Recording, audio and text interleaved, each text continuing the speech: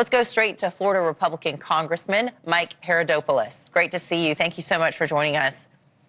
Thanks, Anna. Good afternoon. So we've just heard some powerful words from border czar Tom Homan. He's out with this warning for top California officials. He says it's time to cooperate or they themselves will risk being detained. Listen.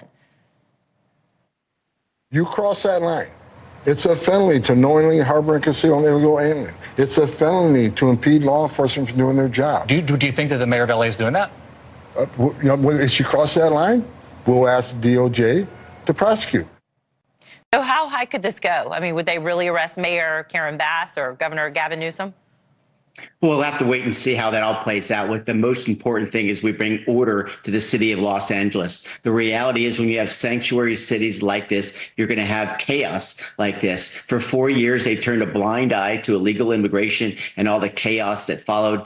Some of the horrific crimes that took place in these cities, and they were not prosecuted. It's time for us to have law and order in this country and send a strong message that America is a place of laws. And if you break those laws, there are consequences. Well, the Hill Sunday, speaking today with Democratic Congresswoman Sarah Elfreth, she sees all this quite a bit different, calling the move by the Trump administration to bring in a couple thousand National Guard. She says this is deeply flawed. Listen.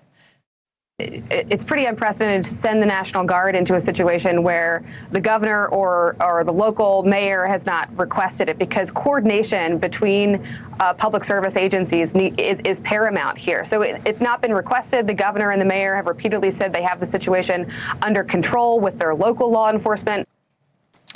So, we've got President Trump and Governor Gavin Newsom. The two of them, they did come together after or during the California wildfires. But this situation today is obviously much more politically motivated when it deals with illegal immigration. So, Congressman, are these two leaders going to be able to work together to try to stop the violence and the anger? Well, it's pretty obvious why people are fleeing California, because of the chaos like this. Gavin Newsom is clearly a failed governor. He's trying to now move to the center after years of left-wing actions. I'm glad they came together after the forest fires. But again, that was caused by a liberal policy that didn't have basic forestry management.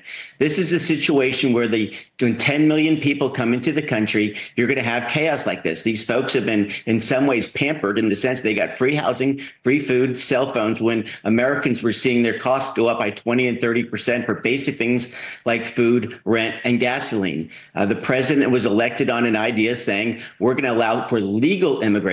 There are millions of people around the world who want to come here and contribute to society and not create chaos. In the recent days, you saw the images where the governor didn't call in President Trump, but you're seeing places where they're throwing rocks and everything else at these trucks. Could cause all kinds of mayhem. They're burning cars in the street. These are not legal actions. These are actions by a mob. And the president is simply saying, if the governor's unwilling to stand up for law and order, follow the law of the land, we're going to have to step in, because once again, Gavin Newsom has failed in his leadership model. Do you think there's any merit to Governor Newsom, though, politics aside? I know it's hard to separate the two when you feel so strongly about him, but in one way. But thousands of National Guard troops for this, do you think there's any, merit to his argument that this is something the president is trying to do to create an escalation and to try to create a spectacle, essentially, to poke the bear and make things worse? Well, look, the escalation has already exists. When you start walking up the cars randomly, pouring gasoline on it, and then lighting it on fire, you need to step in. And you saw recently when the ICE agents were surrounded by people, the LAPD didn't come in for a few hours, putting those federal agents at risk. I have no personal animosity towards Gavin Newsom. What I do have is that his job as a governor, chief executive, is to keep a state in order, making sure those people who play by the rules are protected, businesses are protected, and you don't have this chaos in the street when people are simply afraid to drive down the street in their own hometown. This is what happens when you have a sanctuary city, when people who are coming here illegally are not prosecuted when they break the law. We saw the same thing happen in Portland when they literally firebombed a courthouse. What we need is common sense and to tell people when you play by the rules, good things happen. But when you create mayhem and violence, you're going to have consequences. I believe as a history professor myself, I'm a First Amendment guy, but once you start physically hurting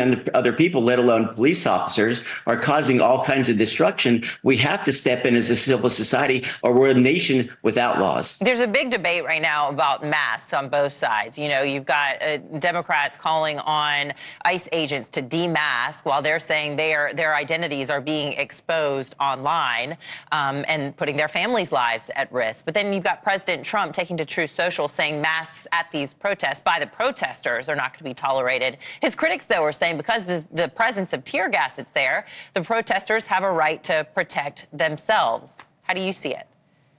Well, look, these protesters, these Antifa people and others, they are for chaos and mayhem. What we should be doing is look at the cell phone data from places like Portland and otherwise, identify who these people are, have a simple investigation like my dad would when he was an FBI agent and find out if people are clearly terrorists, in which many of them are. The mask game is a lot of semantics. What I care about as a person who believes in America is that we need to have law and order. People who have been hurting for the last 4 years, fearful in their own hometowns. It's the reason why so many people are fleeing the cities, because their own police departments either don't protect them or once they're arrested, they're quickly let out. It sends the wrong message to the wrong people. I'm optimistic that Gavin Newsom can come to his senses and step up and play his role as governor so that the president doesn't have to come in with additional troops. But this is about keeping the peace and making sure that the lives of those people who are in uniform are protected by the people who are running this country. And I hope Gavin Newsom can see the light here. But